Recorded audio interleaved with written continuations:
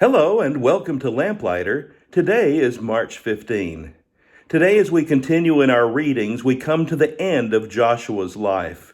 Joshua has been a great leader of God, a great successor to Moses leading the people.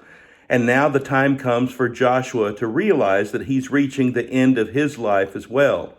And so in today's reading, we're going to see three farewell addresses that Joshua gives to various people throughout the end of his last days. First of all, it's important to understand that through the leadership of Joshua, a number of battles have already been won in the land of Canaan. God has gone before the people just as he promised. He has given them some very dramatic victories in very unusual ways, just as he predicted that he would do.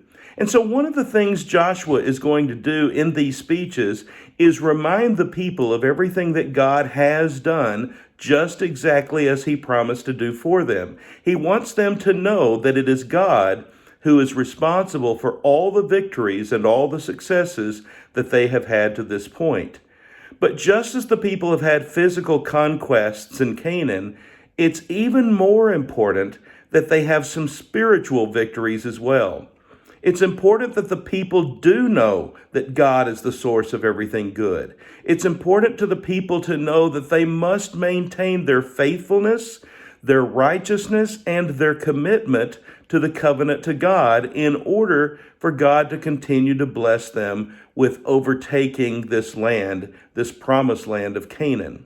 So first, as Joshua addresses the crowd, he addresses the eastern tribes, those 2.5 tribes that have kept their promise and have gone before the people to fight in the battles, but now are ready to return home to their allotted land on the eastern side of the Jordan, as we've talked about before. As they get ready to leave, Joshua is going to bless them for keeping their word, for keeping their promise, for being faithful not only to God, but faithful to their brothers in the conquest of Canaan.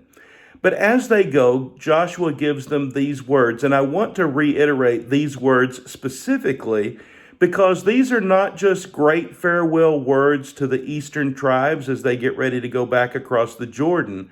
These are great words of advice for any person who seeks to follow God even today. Listen to Joshua's words. He says to them, "Be very careful to keep the commandment of the law that Moses, the servant of the Lord, gave you." And here it is: to love the Lord your God, to walk in all his ways, to obey his commands, to hold fast to him, and to serve him with all your heart and with all your soul. Again, what great advice that would be for any of us who seek to follow God. Love the Lord your God, walk in all his ways, obey his commands, hold fast to him, and serve him with all your heart and with all your soul. Great words of wisdom there. As the people in the eastern tribes are then going home, they stop before they get to the Jordan River and they build an altar. This causes a problem with some of their brothers because their brothers that are staying on the western side of the Jordan immediately assume that they have already been idolatrous, that they're already building an altar to sacrifice to themselves or to other gods. Could you say that maybe they've jumped to some conclusions? So they send out men from every tribe getting ready to fight against the 2.5 tribes who have set up this altar. And when they get there and they start to have a conversation, the men of the 2.5 tribes on the eastern side of the Jordan say, "Wait a minute, not so fast. We're not being idolatrous. We're not building this altar to ourselves. We're building this altar as a witness for not only for us and our children, but for future generations. Because the time will come in the future where it's possible that your people in the majority of the tribes that live on the western side of the Jordan might say to our descendants on the eastern side, 'You have no part with us. You are not even in the land of Canaan. The Jordan River is our boundary.' So to prevent that from happening, they say, we're building this altar as a witness that we are a part of God's people, that God is our God, that we do covenant with him, and we do give him our promises to be faithful to him, to be loyal in all our lives, not only in this generation, but in the generations to come." Well, when the Western tribes hear this, they're satisfied. They rejoice and they celebrate with them because what they thought was about to be a major break and punishment for all the nations because of the wickedness of these few turns out to be worries that weren't necessary. Everyone is still focused on worshiping and being committed to God. I want you to notice then, as Joshua gets ready to address another group of people, now he's going to make a speech, a farewell address to the Western tribes. And when he does so, he's reviewing for them everything that God has done, all the blessings, all the way back to the deliverance from Egypt, the wanderings in the wilderness, and now the deliverance of the promised land, and how God has gone before them in these conquests to drive out these enemies and to destroy these enemies before them. And God has made many promises, and God continues to promise to bless them. But there's a big but if statement here, and I want to direct your attention back to that on page 341, right about in the middle of the page. If you go to 341, you see the paragraph that begins with the words, but if.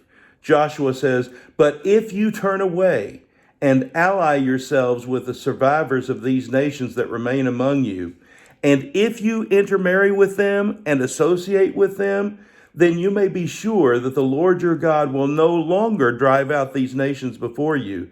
Instead, they will become snares and traps for you, whips on your backs and thorns in your eyes until you perish from this good land which the Lord your God has given you. Joshua says, now I'm about to go the way of all the earth. You know with all your heart and soul that not one of all the good promises that the Lord your God gave you has failed. Every promise has been fulfilled. Not one has failed. But just as every good promise of the Lord your God has come true, so the Lord will bring on you all the evil that he has threatened until he has destroyed you from this good land he has given you. If you violate the covenant of the Lord your God, which he commanded you, and go and serve other gods and bow down to them, the Lord's anger will burn against you, and you will quickly perish from the good land he has given you. God means business. He's ready to bless you, Joshua said. He's kept all of his promises. But know this, he'll also keep the promises to punish you if you turn away from him. The third speech of Joshua is the one with which we're the most familiar. It's where, first of all, there's this segment of scripture that we've read today where God himself is claiming all the things that he has done for Israel through the years, how he has blessed them, how he has called them out to be his own chosen people. But then there's this challenge that Joshua makes with which many of us are familiar. You'll find it on page 342, and I want us to read it again together. The challenge to commitment in the middle of the page on page 342. Now fear the Lord and serve him with all faithfulness. Throw away the gods of your forefathers worshipped beyond the river and in Egypt, and serve the Lord. But if serving the Lord seems undesirable to you, then choose for yourselves this day whom you will serve, whether the gods your forefathers served beyond the river, or the gods of the Amorites in whose land you are living. But as for me and my household, we will serve the Lord. Joshua's great statement of commitment and dedication and challenging the people to follow. Israel then does acknowledge God. Israel acknowledges God's hand in their deliverance, God's leadership, God's protection of them.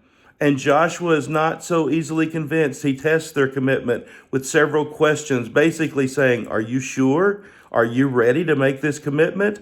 To which they respond, we will serve the Lord our God and obey him. And then Joshua sets up a monument to remind them that they have made these promises to God and God expects them to keep them. What a great segment of scripture where people are being reminded of everything God has done, all his promises fulfilled, but God also means business. These are good words of advice for us today as well. God means business for us. He is faithful to us. He blesses us. He leads us. He protects us. But he expects us to be faithful. And the question is, are we? Isn't it great to be a lamplighter? His word is a lamp to our feet and a light to our path. I hope you have a blessed day.